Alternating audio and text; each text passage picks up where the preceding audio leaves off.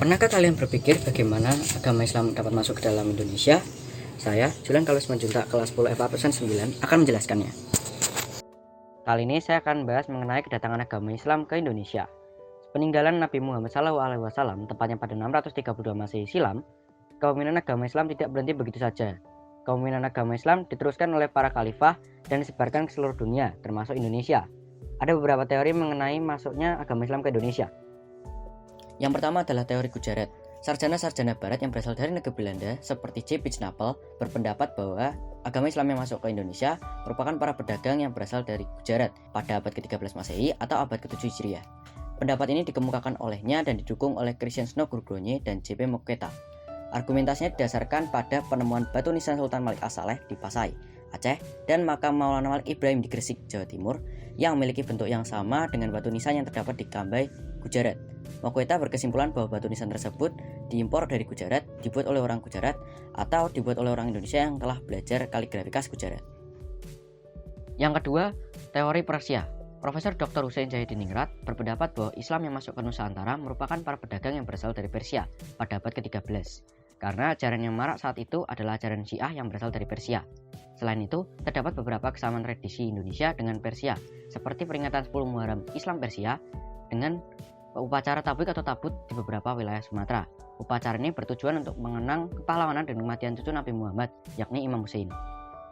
Yang ketiga adalah teori Arab atau Mesir atau teori Mekah. Buya Hamka, seorang ulama sekaligus sastrawan Indonesia, berpendapat bahwa Islam yang masuk ke Nusantara dibawa langsung oleh para musafir dari Mekah atau Arab yang memiliki semangat untuk menyebarkan agama Islam ke seluruh dunia pada abad ke-7 Masehi.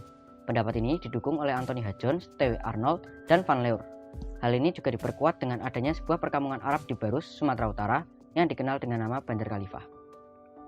Yang terakhir, teori Cina. Slamet Mulyana dan Sumanto Al-Qurtubi berpendapat bahwa migrasi masyarakat Muslim Cina dari Kanton ke Nusantara, khususnya Palembang pada abad ke-9, menjadi awal mula masuknya budaya Islam ke Nusantara. Pendapat ini didukung oleh Haji de Graaf dan diperkuat dengan adanya bukti bahwa Raden Patah dan Raden Rahmat adalah keturunan Cina, penulisan gelar Raja Demak dengan istilah Cina, dan catatan yang menyebutkan bahwa pedagang Cina lah yang pertama menduduki pelabuhan-pelabuhan di Nusantara. Banyak tokoh-tokoh di Indonesia yang berperan dalam menyebarkan agama Islam. Contohnya adalah para wali songo yang menyebarkan agama Islam di Jawa, Datuk Ri Bandang yang menyebarkan agama Islam di wilayah timur Nusantara, dan Sultan Malik As-Saleh yang menyebarkan agama Islam di Samudra Pasai. Tokoh-tokoh tersebut memiliki beberapa cara dalam menyebarkan agama Islam, mulai dari perdagangan sampai politik. Berikut cara-caranya. Perdagangan. Pedagang-pedagang Islam dari Arab, Persia, dan Gujarat memegang peranan penting dalam penyebaran agama Islam di Indonesia dan terjadi sejalan dengan ramainya lalu lintas perdagangan laut pada abad ke-7 Masehi hingga abad 16 Masehi. Para pedagang tersebut membentuk pemukiman yang disebut dengan pekojan, kemudian berinteraksi dan berasimilasi dengan masyarakat setempat sambil menyebarkan agama. Perkawinan.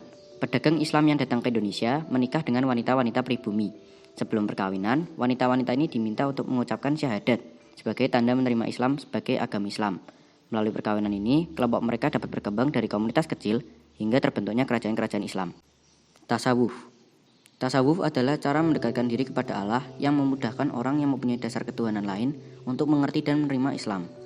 Tasawuf ini dapat ditemukan dalam cerita-cerita babat dan hikayat masyarakat setempat. Beberapa tokoh penyebar tasawuf antara lain Hamzah Fansuri, Samsyuddin, Syekh Abdul Syamad, dan Nurdin Al-Raniri. Pendidikan.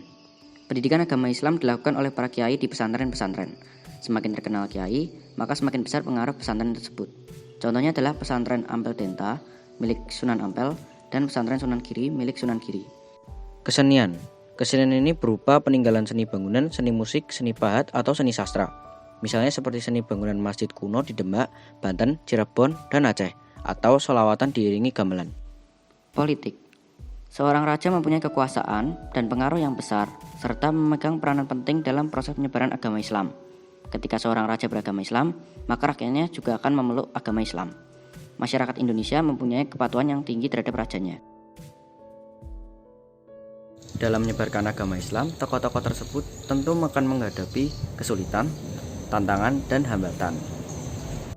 Yang pertama, menganut Hindu-Buddha. Banyak kerajaan yang menganut agama Hindu dan Buddha sebelum agama Islam masuk ke dalam Indonesia. Hal ini tentu membuat beberapa bagian dari masyarakat menolak untuk menerima agama Islam dan membuat agama Islam sebagai minoritas di kala itu. kedua, animisme dan dinamisme. Selain agama Hindu dan Buddha, sebagian masyarakat Indonesia yang lainnya masih memiliki keyakinan kepada nenek moyang dan roh jiwa suatu benda. Mereka meyakini kekuatan magis keris, tombak, batu besar, pohon besar, dan lain-lain itu adalah sebagai benda-benda yang dianggap keramat sehingga harus dipuja, dihormati, serta diperlakukan dengan istimewa. Mengingat banyak kerajaan di Indonesia, raja-raja yang memerintah banyak yang menganut agama lain selain agama Islam, sehingga agama Islam ditolak oleh masyarakat dan kerajaan untuk diajarkan ke wilayah tersebut. Bahkan mereka menggunakan kekerasan untuk menolak. Lantas, bagaimana strategi para tokoh dalam menyebarkan agama Islam dan menghadapi tantangan tersebut? Agama Islam yang diajarkan kepada masyarakat diajarkan dengan sangat sederhana, tidak mengenal kasta, dan hanya perlu mengucapkan kalimat syahadat. Hal ini tentu menarik perhatian masyarakat untuk beragama Islam. Agama Islam disesuaikan dengan adat dan tradisi Indonesia.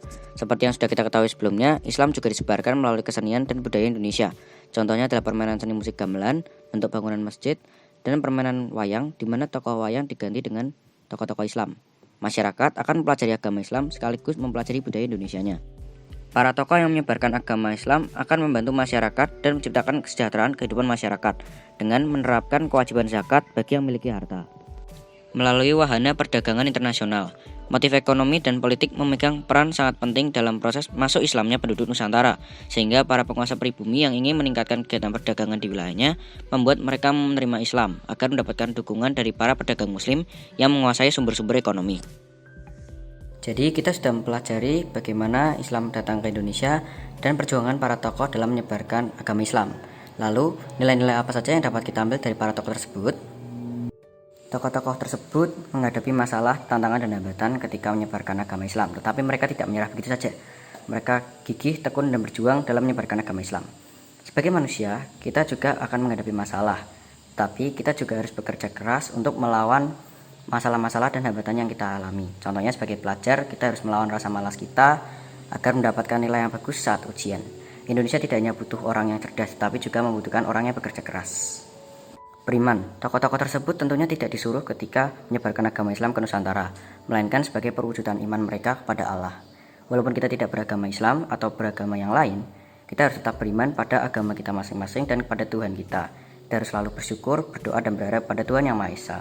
Misalnya pada pandemi COVID-19 ini, kita harus tetap bersyukur dan berharap supaya pandemi ini segera berlalu dan tidak mengenai kita dan kawan-kawan kita dan orang sekitar kita. Sekian dari saya, terima kasih.